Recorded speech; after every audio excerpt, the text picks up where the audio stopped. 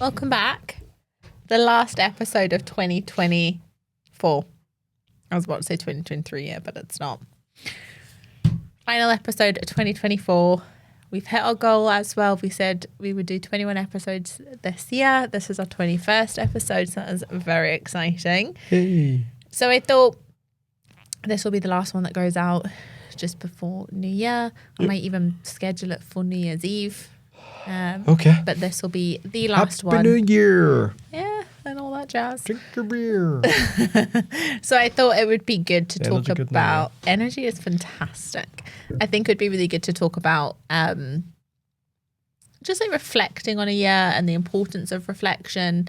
I do want to say at the start, though, we're going to be talking about a lot of this in the context of like reflecting over a year, but I think it's important to always be reflecting. Yep. I just want to say that to begin. I think it's something that you should be doing all the time. You should reflect at the end of each day of how your day went. You should reflect on each week. You should reflect on monthly. I think reflection isn't just a annual thing. It's something that you should do all the time, but today in general we'll be talking about it in the sense of a year, but you can use everything that we talk about and put it into context of a week or a day or whatever.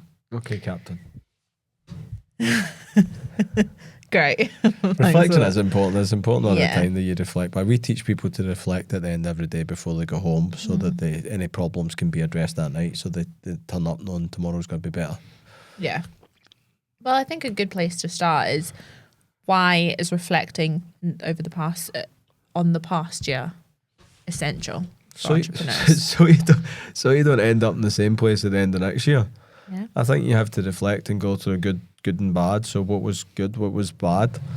We call it the good, the bad and the ugly, right? That's usually a wee saying for it. What's the good, what's the bad, what's the ugly? And I think it's reflection on controllables, no reflection on uncontrollables, because, you know, it's what it is, right? So you can't...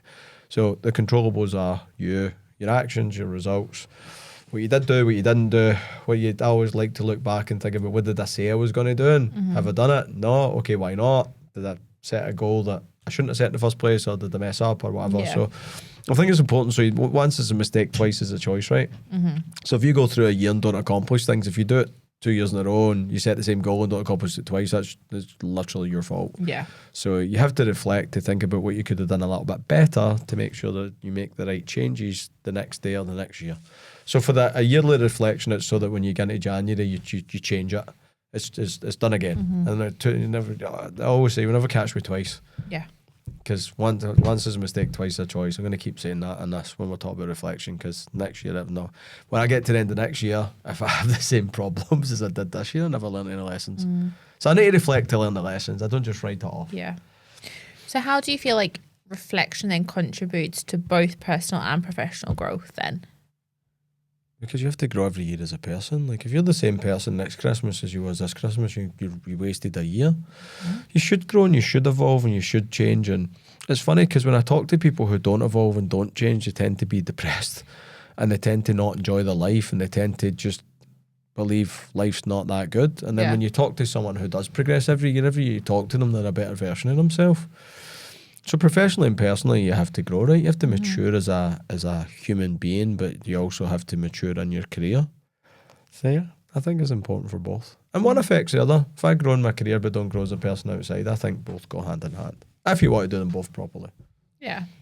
Just one man's opinion. A wise man though. Don't know who he is, but yeah. It's the last podcast of the My year. I'll be 7th really life, nice to apparently, you. innit? It's my 7th life, Bedo says. So. Yeah. Well, yeah. True. So how do you go about your reflecting? Is there a particular framework that you use? What's your process when you want to reflect over the year, or you want to reflect over a quarter, or whatever the specific period has been? How do you go about that? I'd go back to the beginning and figure out what I says I was going to accomplish in that time, and did I accomplish it? Yes or no? If yes, great, I set another goal and move on. If no, I start to dissect why not. I like to figure out what made me not hit it.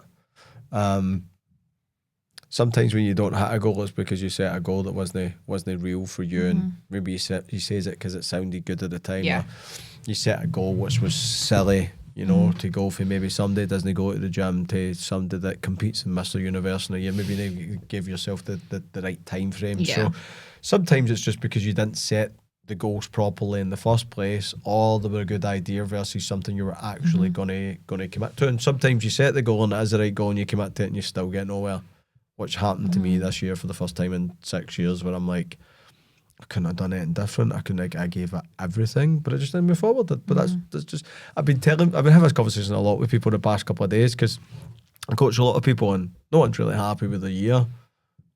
No one really feels like they've done what they'd set out to do, even though people have had a good year. Most don't feel like they've accomplished much. And I'm like, did you give everything? Yes. Did you do your best? Yes. And then that's just life. That's business. Some years are really good where you put in maximum effort, and some years you won't feel like you try, but things move forward, so it's not. Yeah. So I also think that's a very common thing with high performers though as well. They're never going to be truly happy. Yeah. And there's always going to be more that could have been done. And I know we've said this in a previous podcast, if you were to take yourself out of it and take the emotions out of it and looked at it factually on paper, a lot of people probably did have a good year. yeah. But I think a lot of high performers always want more, always chasing more. Yeah. So I think are never going to be truly happy anyway when they reflect. Not at all. I think the key thing, and I was telling someone this at breakfast this morning, the key thing is when I reflect back, I'm going to feel like shit, but feeling like shit's different depending on what you figure out. If I realise it was my fault and it's because I didn't do what I says I was going to do, I'm going to feel regret, because that was me. If I look back and I feel the pain of not hitting the goal, but I done everything within my power that I could do, I don't feel regret. Because I was talking to him this morning and I'm like, I've not the year I thought I was going to have. I wouldn't change a day. I don't look back and reflect and go, should have done this and I should have done that. That's regret. That kills you. It eats you up. Sometimes it's kind of like guilt. It eats you up. You feel guilty for being lazy, or you feel guilty for not backing up what you say. You feel guilty because you let yourself down. You kind of broke your own trust, right?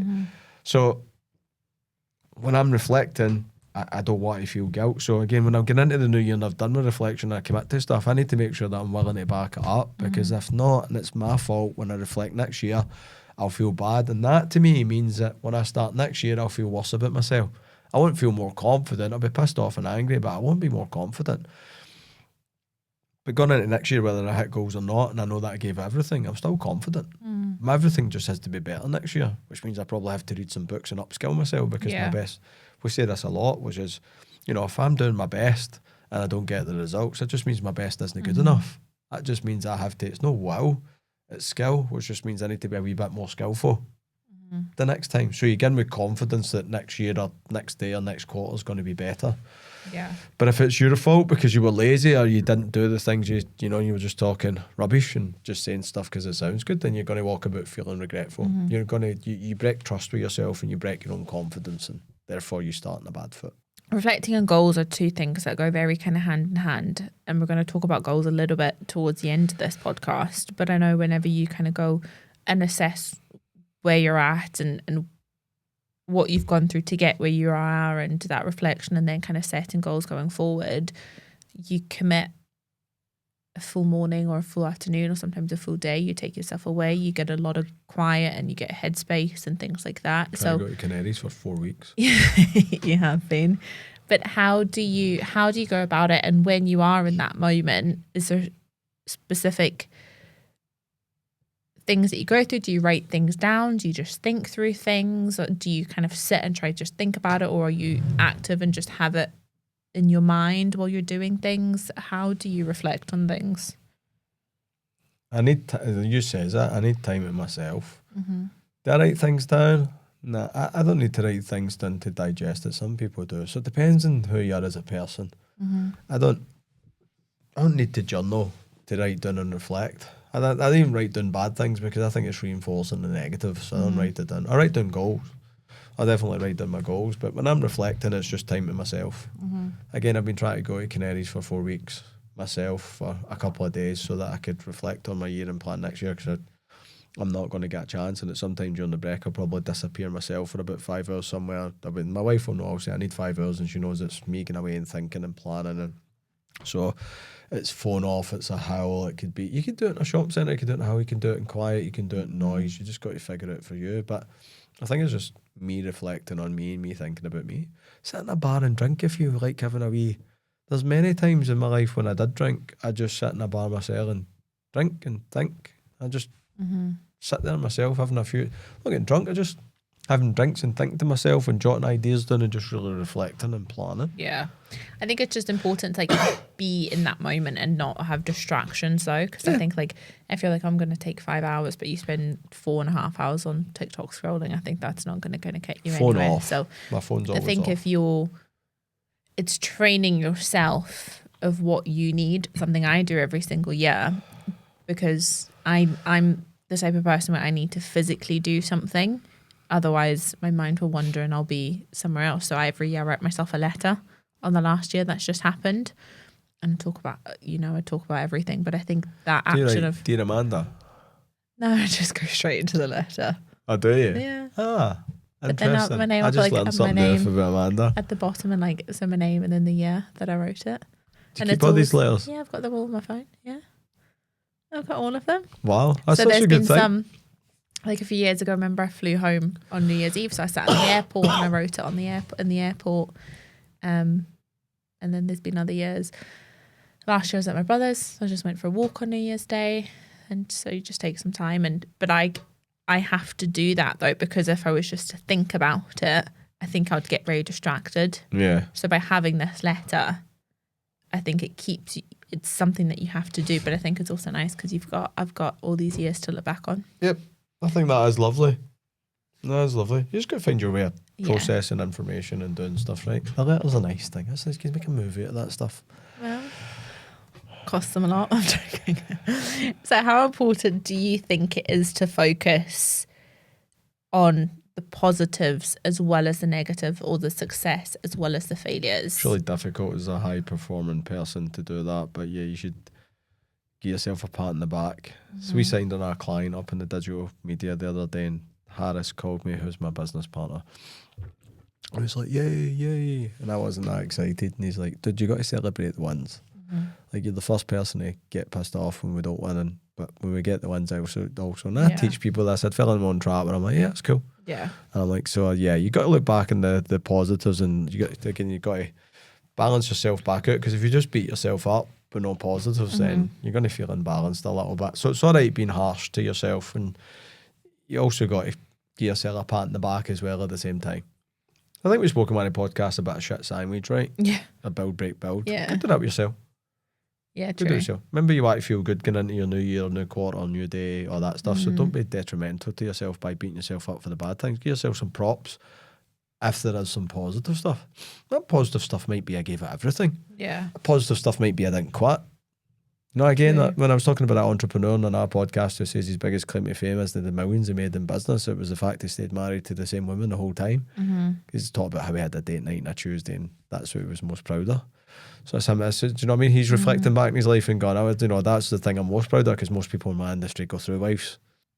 When you are looking at the successes as well as the failures, do you go into real detail about it? So if it's a success, well, why was it a success? Why did that work? Or if it was a failure, do you break it down as to why was that a failure, and what else could I have done, or what could I have changed? Or do you just... All the time. You need to know why. Most people screw up because they only dissect what didn't work. I need to dissect what does work. So I need to know what works for me. I need to know the secret sauce ingredients for me. So I think dissecting what works well for you is more important than dissecting what doesn't work for you. So I tell people it's like this, like figuring out the ingredients. Nobody cares about the 2,000 ways they've fucked up making chocolate cake ingredients. People only need it to work once. So when I find the ingredients for success, I need to nail them down. But if I don't nail them down, how am I supposed to get it the exact same the next time? So I think when you're reflecting, when you're giving yourself props for the positives, you've got to remind yourself of what makes you the best version of you. So you fix the stuff you do wrong, you continue doing the stuff you do right, and that should add, and you should be a wee bit better the next year. Common mistake, especially in the sales industry, I see with people, is they have a good day and they don't break it down. We call it breaking it down or reflection. Because like, I'm really good. Yeah, but what made you good? Do you know what I mean? So they have all these, like if you look at sports players, lucky socks, they have routines, or they call them rituals before games, right? Like Kobe would listen to, was it Kobe or it was one of the basketball players would listen to like Halloween music for 2 hours, and they've all got these things they do. because they know how to get the best version of themselves out. They know where they have to be mentally and physically to be the highest performer they can be. So as a high performing person, you have to figure out what makes you perform high. But how are you supposed to figure that out if you don't dissect what the positives are and what made things work? If all you're thinking about all the time is what made things not work, then never really going to be the best version of yourself. You're always going to be working on your weaknesses and never playing to your strengths. It's got to be a strategy. You can't just be like, oh, that worked well.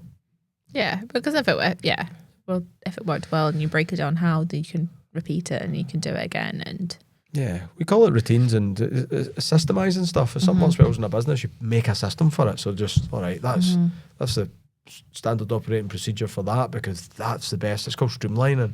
Yeah. That's the best way for it. You got to do that yourself as well. Yeah.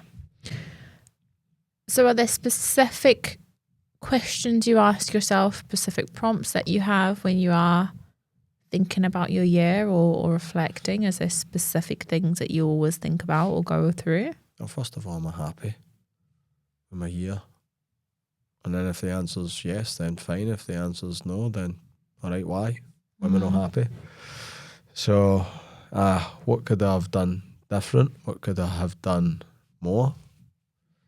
What lessons did I learn? What shit did I learn to do? And what shit did I learn not to do? And do you break it down separately? So you're saying there, like, am I happy? So you can be really happy in some areas of life, but not in others. So do you do everything set? So do you say, like, would you do family life as one, business as one, health as one? Like, Yep. So do you always do everything separate as opposed to just doing like a general blanket? Everything's separate. Yeah. Because everything is separate.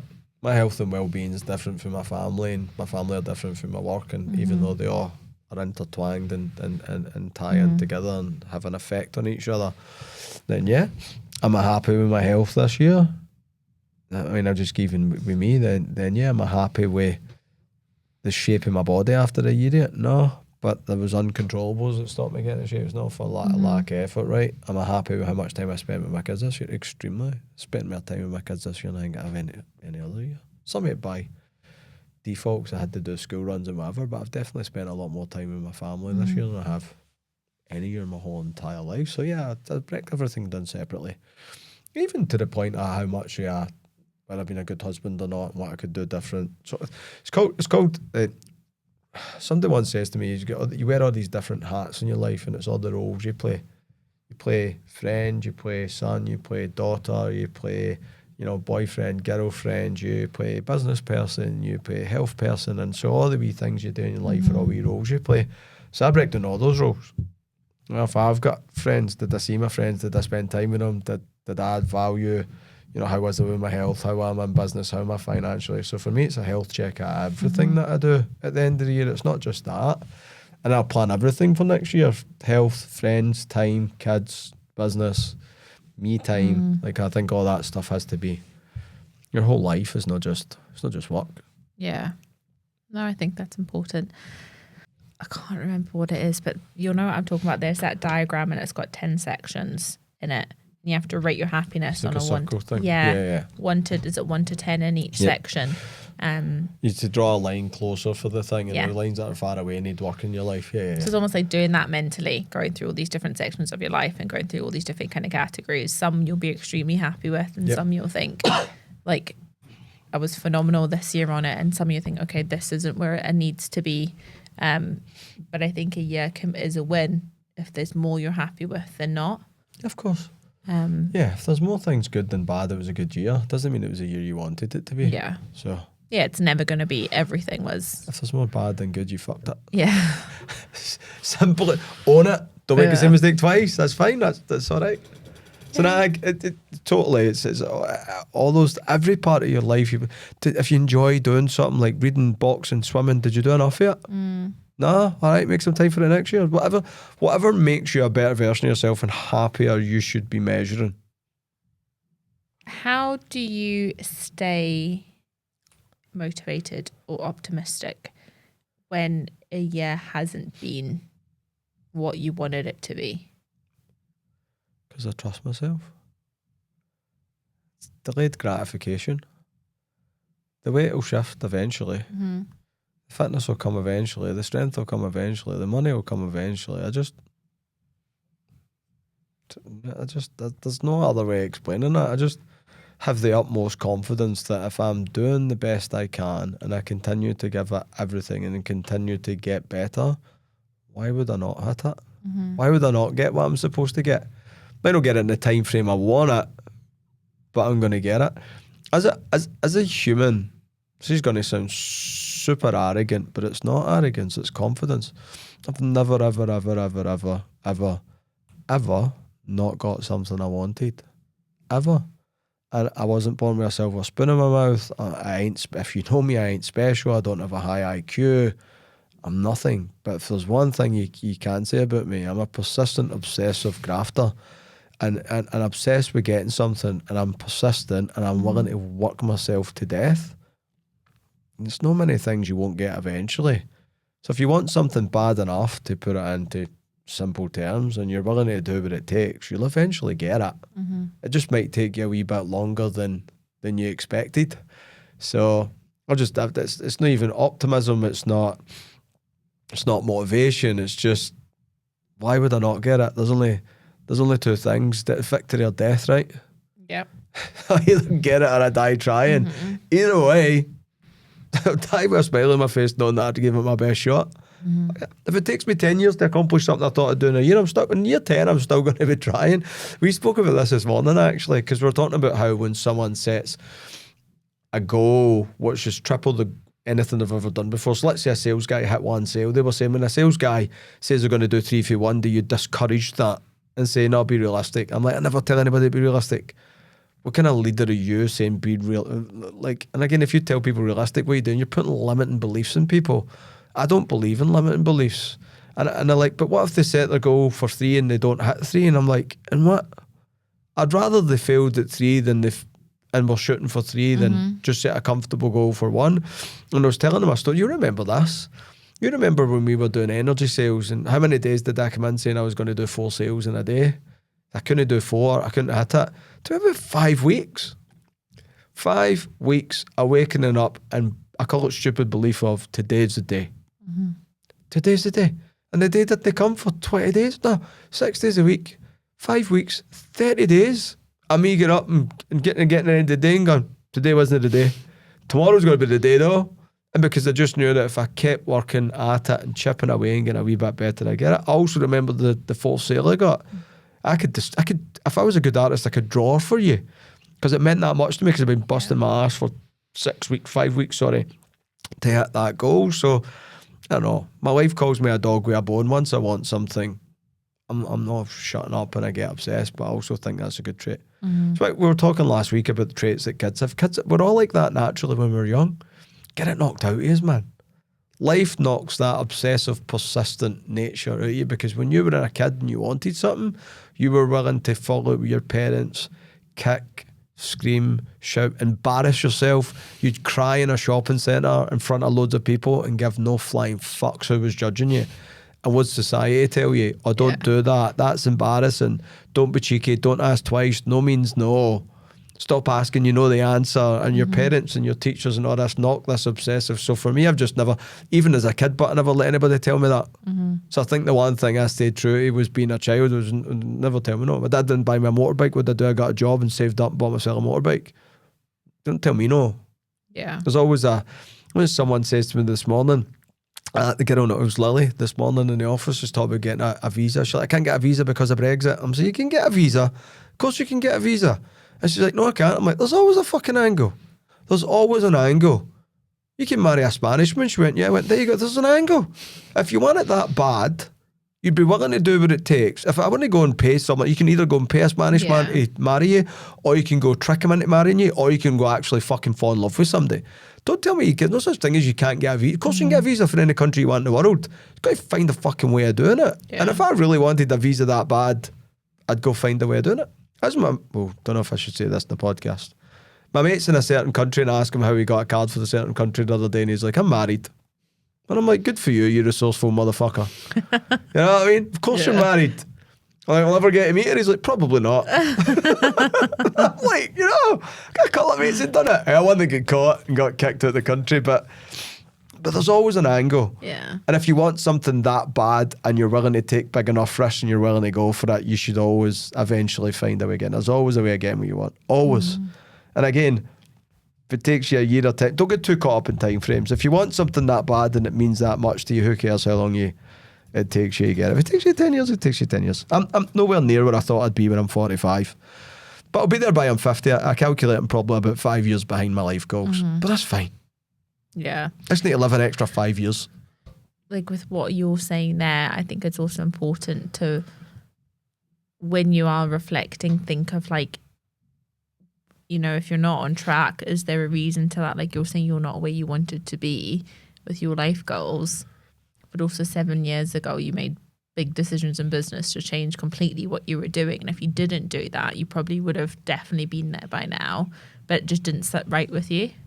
Yeah. So I think sometimes it's change management, like the last podcast, right? Exactly. But I think sometimes it's, okay, I might not hit what I wanted to do this year, but long term it'll be better for me. Yeah, of course, it better be.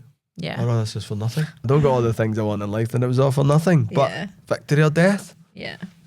That's it.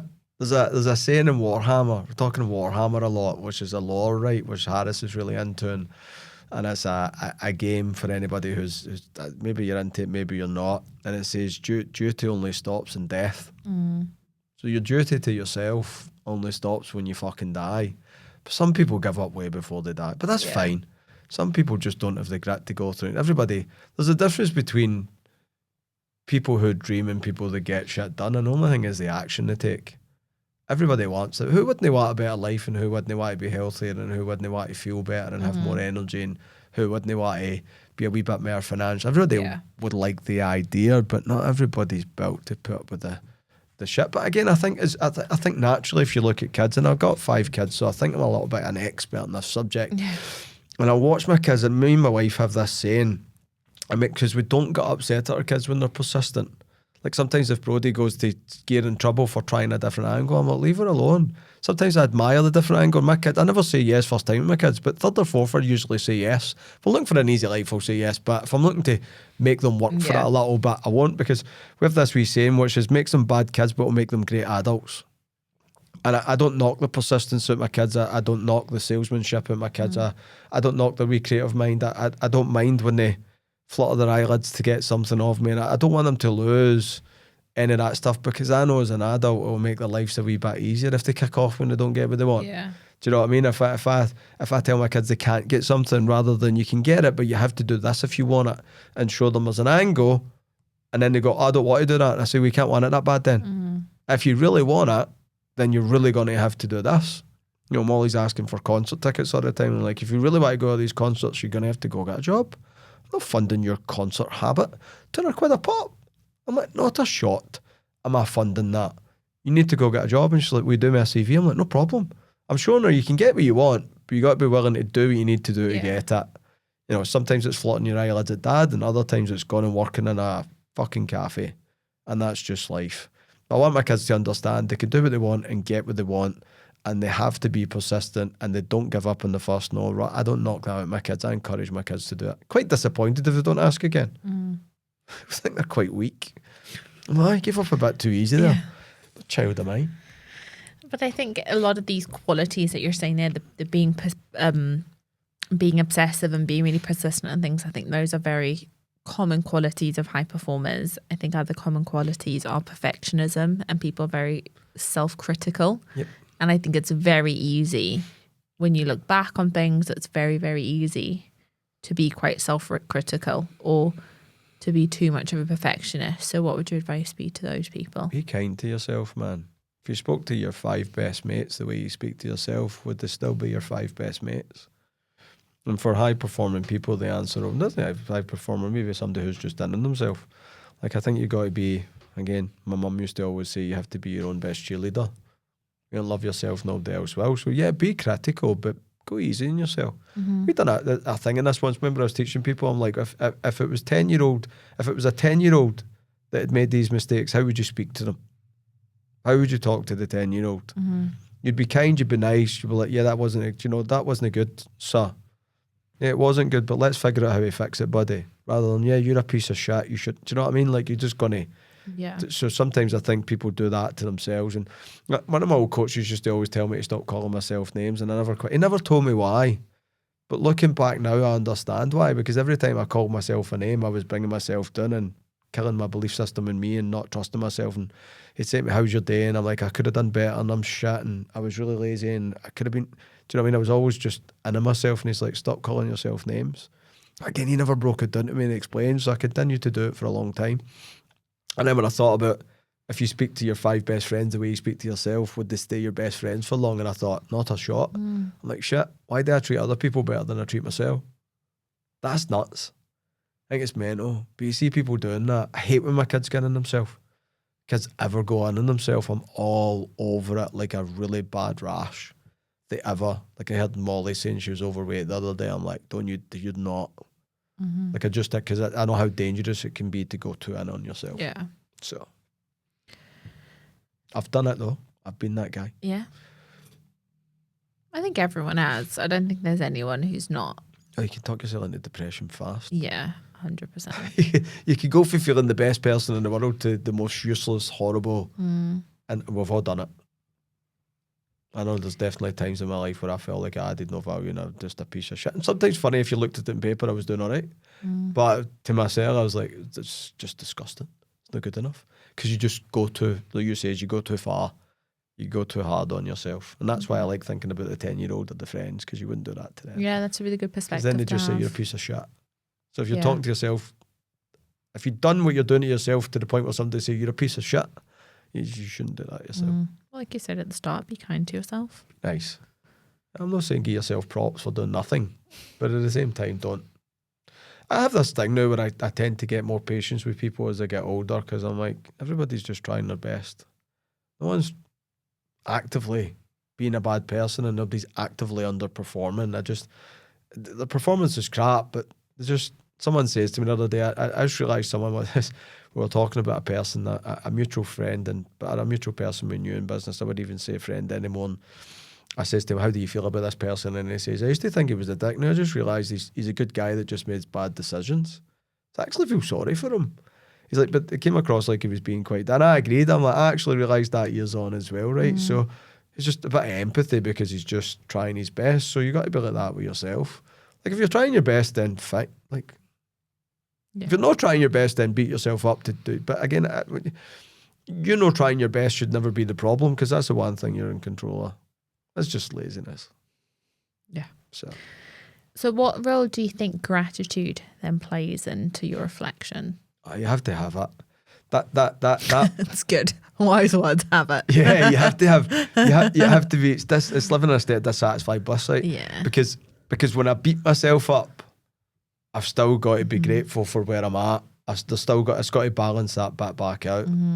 I've still got to be happy. I know what's been happening lately with me, with just not wanting to wear nice watches anymore and not caring about cars. And I've actually restarted telling myself that I'm driving my dream car every day, because I started feeling bad about the car and feeling like, it's actually a point to be really honest, the podcast, I felt like I didn't deserve the car for about 3 weeks. I'm like, why am I driving this car? Who am I? It's actually going on in my head where I was like, and nobody knows this, where I was going on in my head, well, I don't deserve to wear my watch. I don't know why. I just didn't feel, and I suppose it's come back to reflection on the year. I'm like, who am I to wear this watch and drive this car? When I got the car and bought the watches, I'm like, I fucking deserve these. Yeah, you're flying high. So it's so funny. And Brodie's the only one who sees that, and she's like, shut up. And I'm like, why? I don't deserve to walk about with this watch on, because at that moment in time, I don't feel like I'm somebody who deserves to. So it can be reflection can be quite detrimental. We're just talking about. So that gratitude and Brodie, it was actually my wife that brought me back up to level, because she's like, the fact you're even in a position to have this problem is good and shows how good you are. So you don't feel like you should deserve to drive a 911. I don't feel like you deserve to wear your fucking $7,000 what? Like the fact you're there, you should be proud. She's like, remember I said, you should be proud of yourself. I'm like, I am, but. And she's like, there's no but. You have them because you put yourself in a position to get them. And I'm like, all right, fair play. Because it is, so you need to be, and she reminded me that I had to have gratitude and do it. So I stopped feeling that quite quick, but I had to re-talk myself back into, I do deserve this, and I do feel like, but you're never going to feel as good if you don't feel like you accomplished something. But I think the gratitude thing and being grateful, for me now, I'm just grateful to wake up in the morning. I think that's the thing though, and I think it's when you look at, we both do not feel like it's been the best year. But I think again, when you look at, I feel like it's just been a constant fight. yeah, but our fight of what we've had to fight compared to people that have had to wake up in the morning and not have an idea where they've got like the next meal coming from, and like It's nothing.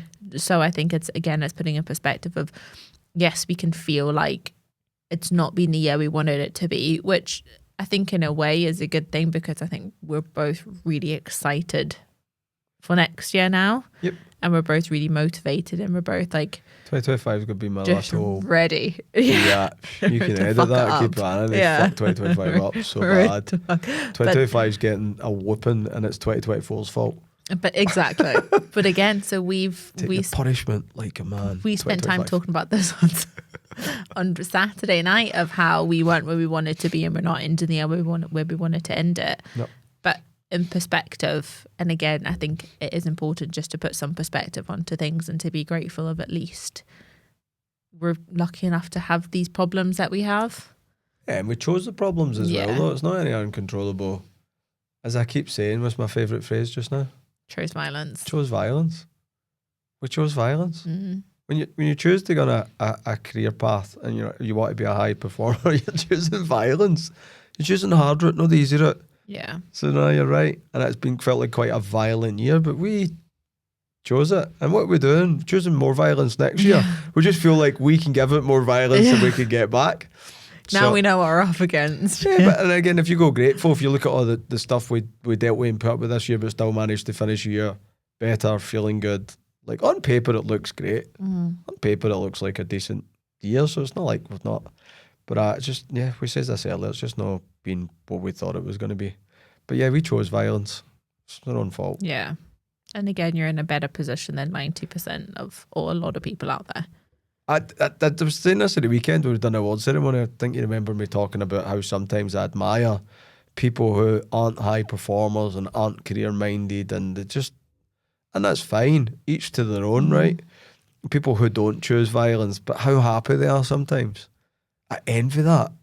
Sometimes I wish. Sometimes when I'm feeling the violence, and sometimes when I'm knackered, and it's just an onslaught of day-to-day violence, I'm not getting anywhere.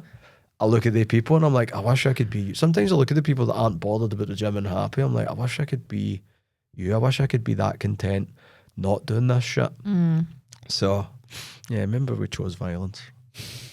So if you're choosing to be an entrepreneur, or you're choosing sales, or you're choosing any kind of growth, you're choosing violence. Get ready for a fight. Yeah, just accept it. That's a good time. Yeah. Really make it sound like it's not. It really is. Yeah. But I think when you do reflect and when you do look back on your year, I think you look back to look forward. You don't look back to dwell on it. You look back to move forward. Yeah. So how can you take, or what advice would you have to take those lessons learned from that past year and to take them into the new into the new year, and actionable goals, and maybe if you weren't happy with the past year, to make sure you don't end the next year feeling the same? Just a list of things you learn to do and things you learn not to do. I think they say every day is a school day, right? I think I think everybody teaches you things. I don't just think your coaches. Like there's a lot of people that show me stuff not to do. Do you know what I mean? Like a mate who's maybe having a bad time and some actions they've taken that's led them to the bad time. You're like, oh, shit, make sure I never do that in life. Do you know what I mean? So I think that's all I do at the end of the year. What did I learn to do? Do more of it. What did I learn not to do? Okay, don't do that again next year. And that's just a quick, actionable list for me. All right, what did I learn to do? So, for me this year, I learned to have my finger in the pulse more with recruitment. I learned to trust my gut and stick to it more. I learned not to make excuses. I made some excuses. In my head, I made some excuses this year. I know I did. I don't know what the excuses are right enough, but I know somewhere I'm like, there must be something somewhere where I done it. So I just learn things to. You learn things to do and things not to do every single day. That's why every day's a school day. You cross the road and a bus hits you, you just learn to look before you cross the fucking road. If you do manage to cross the road ever again. You can look at both ways. I learned to look, or I learned not to look Yeah. crossing the road. So you're going to learn. So I do is a wee quick list of things to do and things not to do. And okay, maybe don't go drinking on a Sunday night if I got work on a Monday. Oh shit, that really screwed me up for 6 weeks. And I went to the gym loads this year and I had a better time in business. So I learned to go to the gym. So I think acknowledging both and both the lessons gives you practical things to avoid and practical things to make sure you do. And just remind yourself of them. Because we can all fall into the wee honey trap all the time, right? And not doing stuff, or doing stuff we know not to do. How many times do people do stuff and it screws up and they go, I knew not to do that. I knew that would get messed up. I knew that would happen. Yeah, so I think if you don't write that stuff down and don't, again, if you make the same mistake twice, you never learn the first time. So I just got to write that stuff down. That's the way I do it. So when we are looking forward now, when we are looking towards the next year, what's your advice to someone who is trying to set goals for the coming year? Only set goals that you're committed to doing. Only set goals that are going to add value. And go back to committed to doing. Only set goals that actually mean something to you, that you actually care about and are passionate. Don't set goals to sound good. Set goals to do it. But just make sure the goals come with actions that are actionable by you. Because there's loads of people who's like, I got this big goal. How you going to do it? Don't know. That's like going to invade a country. Me saying, we're going to invade a country. What's the strategy? We're just going to get in and shoot. It's nuts. Yeah. So, we talk about this a lot in podcasts or on Instagram posts and that kind of stuff. But I would just, again, when you're taking reflection, take time and try and think about to next year when you finished, when you were doing the same reflection, would this goal make me happy if I accomplished it? Because that gives you that lets you know if there's got to be a dopamine kick or not. And if there's a dopamine kick and I'm like, that would make me so happy, now I've attached an emotion and a feeling to it. And I'm like, all right, I really, and be careful with your words because words hold weight. So don't say things like, I would like to do this next year. Say things like, I'm going to do this next year. There's a huge difference in because it's the stories you tell yourself is what you do. So if you say, I would like to, you're already leaving room for error. I would like to means, well, I'd like to try. Or if you even say the word, I'm going to try and do this next year, you've already somewhere accepted that it might not happen. So to stand a chance, you got to be 100% certain and say, nah, I'm going to do this next year. Yeah. It's like, I don't eat sugar, I don't drink. I'm going to be the fattest I've ever been. I'm going to be financially free. Like, it's just like, it's dead certainty. So the goals aren't, I'd like to. The goals are, I'm going to, or I have to. My first coach used to say, I can, I will, and I'm going to right away. He used to drill that in. I can, I will, and I'm going to right away. So it just needs to get done. Yeah. So again, that's why you have to take time to really think about what you're committing to, because there's so many. We all know that. Anybody that knows me knows I hate gyms in January because I get all these people in that won't be there in February and they get in my fucking way. They steal car park spaces and take seats up in the sauna and talk shit and sit on their phones and just wind me up. Now, if you come in and you stay in, I've got all the admiration in the world for you. But if you come in and leave, it just winds me up. I'm like, stop. Either own the fact you're not going to go or go. Just either own it. So again, if you're not completely committed to getting it done, don't even do it. Because if you set a goal, you're promising yourself something. And if you promise yourself something and don't do it, you're hurting your confidence. Yeah. So someone that says, I'm going to get fit this year and stays at the gym in a month and goes home is less confident, which means they stop believing their own shit, which means they're more underconfident than they should be as a person. Someone that starts the year and sets one tiny goal and accomplishes that goal will feel better than the person who set 15 goals and done none. And it could be the smallest goal, like, I'm not going to eat lettuce for a year. But the fact they says they're going to do something and followed through and done it builds trust in themselves, and confidence is trust. I need to trust that if I'm going to open my mouth and commit to something, that I'm going to do it. Because again, get back to I don't have to be confident in the world. I just have to be confident in me. Can't control the rest of the world. But that's good that you say that, though, because that's kind of was leading on to my next question of how many. I'm glad it was good. Well done. Try my best. You said something really Try good. my best, Amanda. I'm dead inside if you're watching Put this. that into your reflection of last year. I said something really good. But when you're talking about setting one goal versus 15, how is there an amount that's too many to set and you're overwhelmed or a bit too busy, or like it's... Set one goal for each part of your life. Yeah. I go for your finances, I go for your health, I go for parenting, I go for boyfriend, girlfriend, being a student, whatever. I would say keep it. Again, because if you can accomplish those goals, it builds confidence to set more. I think too many people try and do too much too soon. There's no magic number on how many goals you should set. But the more things you give yourself to do, the less chance you've got of doing them. So again, and it's career dependent, life dependent. Like, have I got the time to do all this stuff? Am I committed? Have I got the energy? Time and energy time, energy, and finances are the three things you need to do most things, right? So I need to make sure that again I'm doing it, and I never commit to anything that's not sustainable over 12 months. Yeah. So instead of committing to go to the gym 6 days a week when you've never been, commit to going 2 days a week for 12 months instead. That'll actually fill you with more confidence than going 6 days a week, burning out after 6 weeks or getting too tired and then not going back to the gym for the rest of the year. So again, but that comes from understanding who you are as a person, not telling you. My mate still says excuses are just lies to yourself. So don't lie to yourself and pretend that you're going to eat salad for the rest of the year, and don't lie to yourself and pretend you're going to go to the gym. Be honest with yourself. And then just try and force yourself to do just a little bit more. So be really honest with your goals. Be really honest with it. Again, I don't eat. The amount of times in the year I'm like, all right, that's me off like heavy carbs and I'll just eat salad. I've done it. Done it loads of years. Loads of years I've said, I'm just half a drink. February I'm boozing again. So we've all done it. Even when I came off alcohol, actually, it's just quite funny. The morning I says I wasn't drinking, I didn't say, I'm going to try and stop drinking. I says, I don't drink anymore. I says, the words that come out of my mouth were, I'm done, I don't drink anymore. It wasn't, I'm going to give up drink. I'm going to give up, which gives me a time frame, right? I'm going to give up or I'm going to try. I didn't mean to do that. I just done it.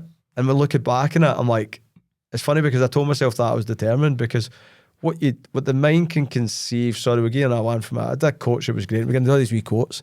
What the mind can conceive and believe, it can achieve. If you think you can, you can. If you think you can't, you're right. I used to say that all the time.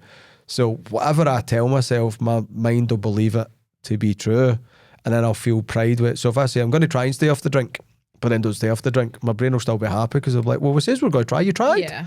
You tried, mate. So pat in the back, and then you hear people go, yeah, but I lasted 3 weeks. Like, you know, that's what I says I was going to try. But if I say I don't drink anymore, my brain goes, shit, we don't drink anymore. And then so it wants to prove itself right. So my brain will actually help me not do that anymore, because the brain likes to be right, because it gets a dopamine kick for being right. That's why we all think we're right. I think I'm right all the time. We all do. And we all love nothing more than saying, what? Told you so.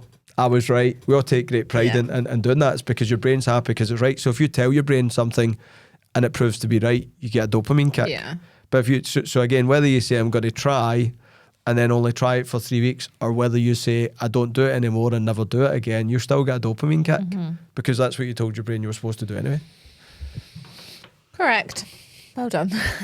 I think one common mistake that people often make when they set goals is... nearly a wrap on our last podcast. I know.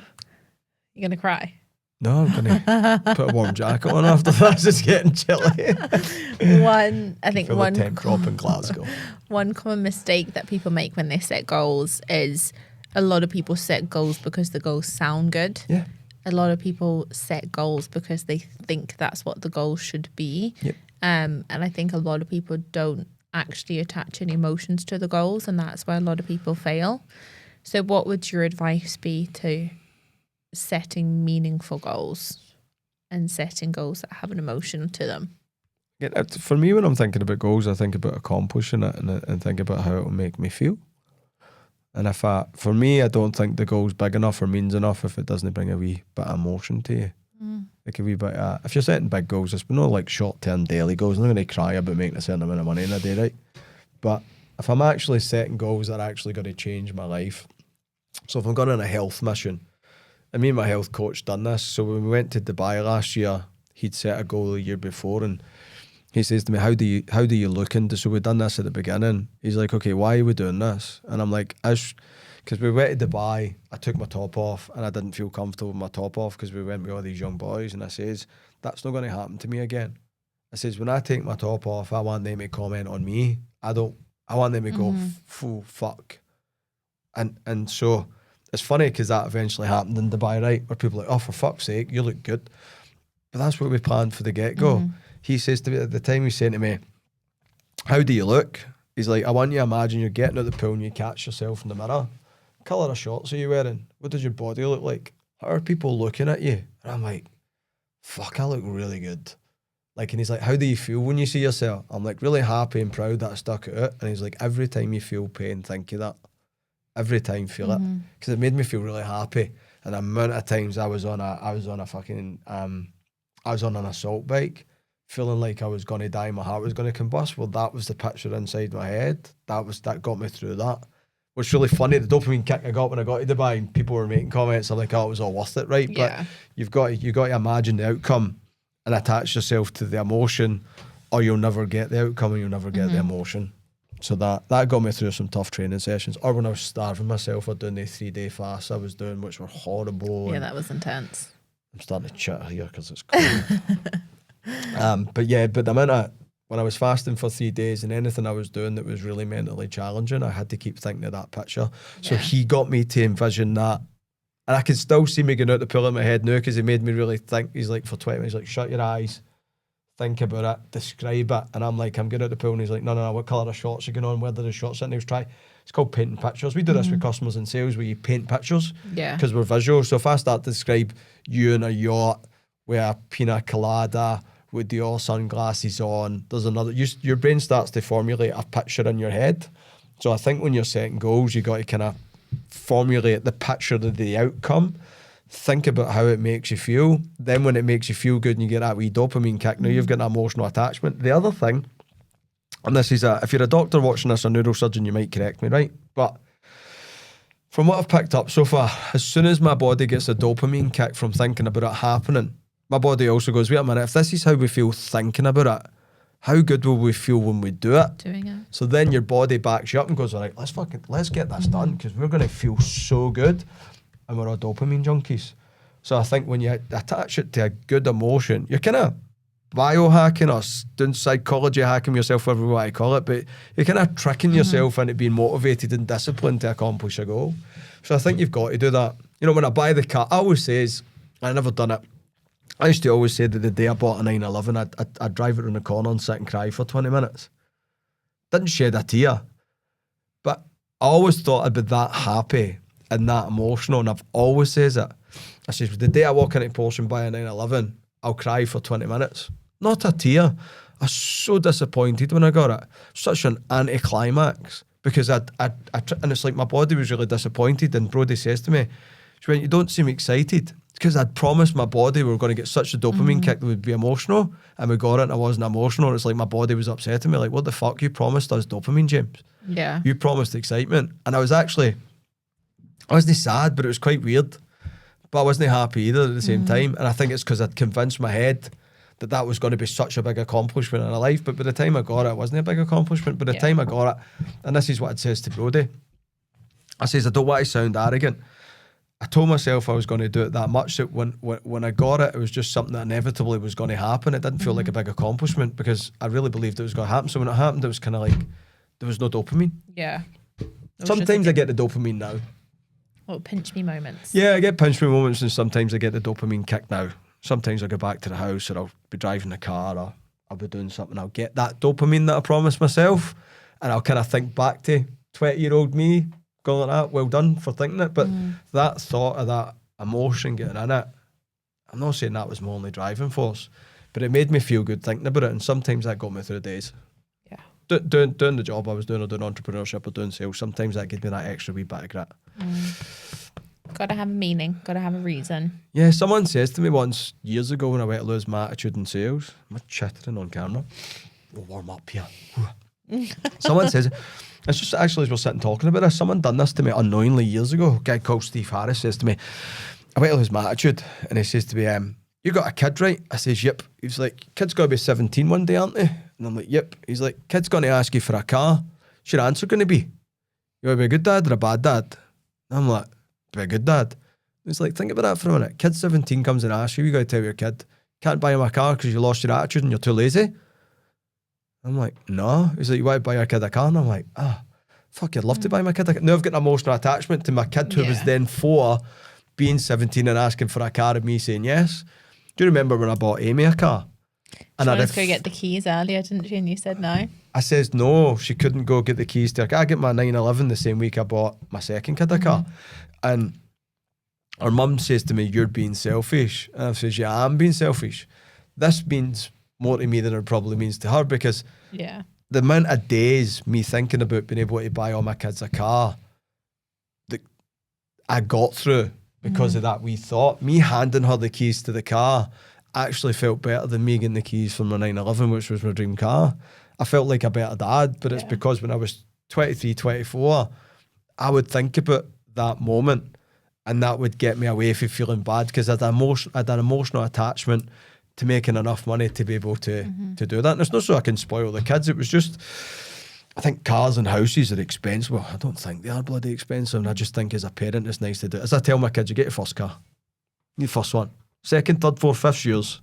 One of my daughters thought she gets getting more expensive. Cars. Yeah, the cars are getting less and less as time goes on. But yeah, even getting when I was a young sales guy, 23, 24, the thought of being able to do that made me feel like a good dad long before I had to be put in that situation. And then when the kids get to that age and ask you, I always think back to if he hadn't said that to me, my answer might be, I'm sorry, I can't afford it. Yeah. Which is also fine if you can't. If I couldn't afford it, I couldn't afford it. But because he says that to me, it attached emotion and a happy feeling to a goal, which helped me do shit. Help you get there. Yeah. Well, I think that might be the end of our last podcast of 2024. Happy 2024. That's exciting. So 21 down. See you later, 2024. Won't miss you. It's actually bad. I'd just like to make a point that 2024 has been a great year. We've done some really cool stuff. We have actually accomplished some stuff. Start a podcast? Yeah, we started the podcast. We grew my Instagram followers from 14 maybe to 2,000 in half a year. We've done loads of really positive stuff, so anybody listening will probably think that maybe we've not accomplished much. Again, we wanted to accomplish more, which is why we sound like we didn't. On paper, it's been a good year, but it's a great year. Promoted a couple of people to management in a sales business. The digital media business has grown 4 or 5x. We're starting a new brand. We are healthier. Yeah, 2024 has been a good year. Yeah. Still looking forward to 2025 though. Yeah. But thank you so much for everyone that's watched this year. Yeah, thanks for listening. We'll be back next year. If you do listen or watch. Yeah. Appreciate you. Watching's a better Didn't time know if anybody was ever going to watch this crap, but we move. I think there's 3 fans. 3 fans. We love you all. Thanks, Nathan. Thanks, Hugh. Thanks, Roscoe. So the only 3 people that come back and go, I really love it. No, they don't. Other people do. One of the guys actually showed me, Ross actually showed me that on his Spotify, where it sums up your year, that Joe Rogan was his most listened to on Spotify. Rude. You're the second. I can't compete with Joe. Wow. How can you compete with Joe? Even to be, I says to Ross on the phone when he phoned in laughing and told me what his Spotify just brought up, I says even to be mentioned in the same sentence as Joe Rogan, I'm good with that. Well, so we had a goal of this. I don't know if we've told everyone on the podcast. We had a goal of doing 21 episodes in a year, because if you do 21, you're officially in the top 5% of podcasts, because no one ever gets to that point. Yeah, yes. So. And we'll never do one again. Yeah. This is it. I hope you had a good time. Enjoy your New Year's. See you later. Bye.